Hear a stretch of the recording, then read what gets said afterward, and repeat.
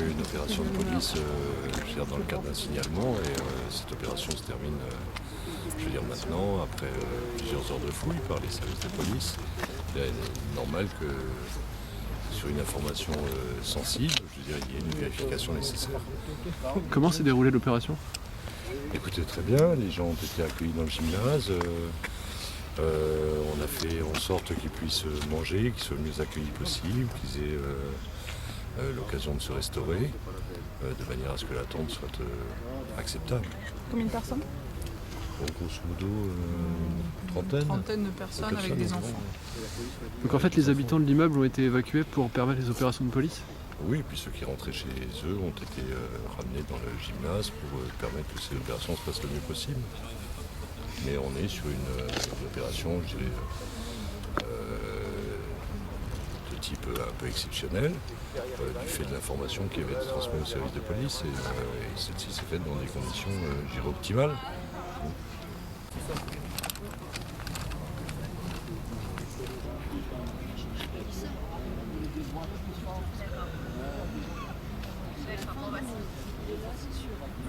Pouvez-vous nous rappeler quelle information a été transmise et quand? Nous refaire un petit peu le film de cette affaire-là? Alors, à quelle heure, je ne sais pas, mais il a été transmis une information comme quoi il y avait un individu dangereux lié aux affaires terroristes, et la police a fait en sorte que les vérifications nécessaires soient réalisées dans les conditions de sécurité qui s'imposent dans ces moments-là, en regardant la dangerosité des gens qui ont commis les attentats à Paris.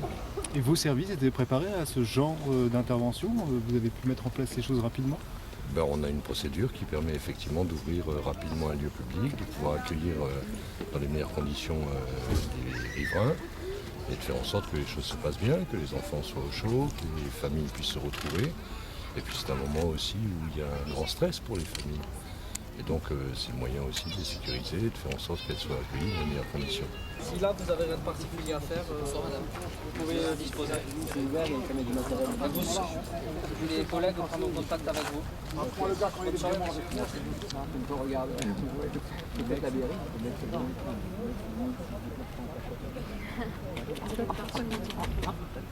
Vous êtes venu leur dire quoi aux familles ce soir?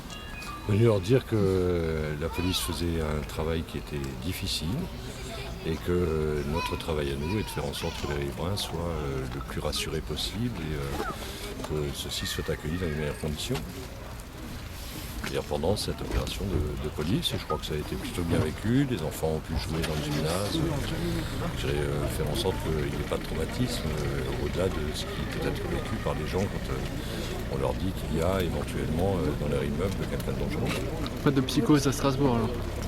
Non, je ne crois pas qu'il faille se livrer à cela. Je veux dire, on est en guerre, le président de la République l'a dit, et par conséquent, des mesures sont prises et elles sont réalisées dans des conditions qui, effectivement, mobilisent beaucoup de moyens, souvent impressionnants, mais ça fait partie des sécurisations nécessaires.